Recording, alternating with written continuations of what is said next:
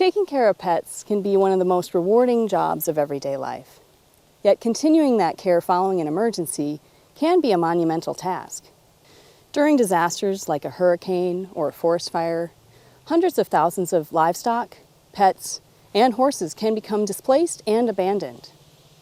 The AVMA would like to remind all horse, livestock, and pet owners that no family disaster plan is complete without including your pets and all of your animals.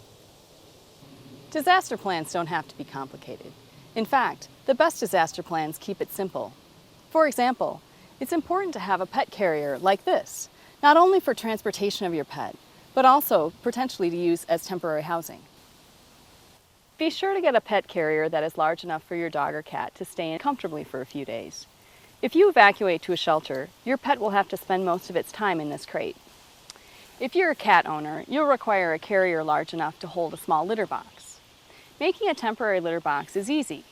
All you need is a small cardboard box, plastic bags, and some litter. One of the best ways to make sure that you're prepared for your animal in a disaster is to create a disaster preparedness kit.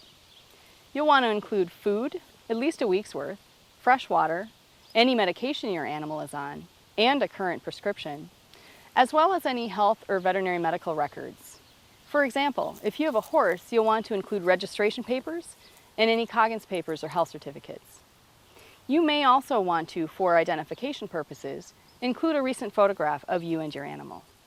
No disaster preparedness kit is complete without a list of contacts and phone numbers. You'll have decided in advance where you may evacuate with your animals. Have a list for that area that includes pet-friendly hotels, friends and relatives who may be able to house you, and a contact for a veterinarian as well. Perhaps the most important element of a disaster preparedness plan is proper identification for your pet. During an evacuation, the likelihood of being separated from your animal is much higher, and proper identification is the only way to ensure you will be reunited. You'll want to have an ID tag that has not only your name and cell number, but also the name and number of a friend or relative who lives outside of your immediate area. If you find yourself in an evacuation situation without identification tags for your animal, you can use a luggage ID tag attached to your pet's collar. Proper identification is also extremely important for horse owners. You can write your contact information on a luggage tag and braid it into your horse's mane, or attach it to their halter. If you have a livestock marking pencil, you can write your contact information on the side of your horse. Microchip identification is commonly used in dogs, cats, and horses.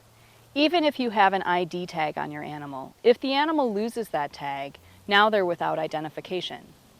Microchips are placed just below the skin and read with a scanner. Many pets have been found hundreds of miles from home after months of disappearance and reunited with their families because of microchip identification. Evacuating horses or livestock in a disaster situation often requires a more effective disaster plan. You'll need a contact list including hay and feed distributors and additional stabling facilities to evacuate to. Temporary stables have actually been established in prior disasters in parking lots. You'll need to contact your state veterinary medical association or state veterinarian's office to learn of these temporary sheltering situations. Make sure you have halters and lead ropes for every horse you own and that you have access to a horse or livestock trailer.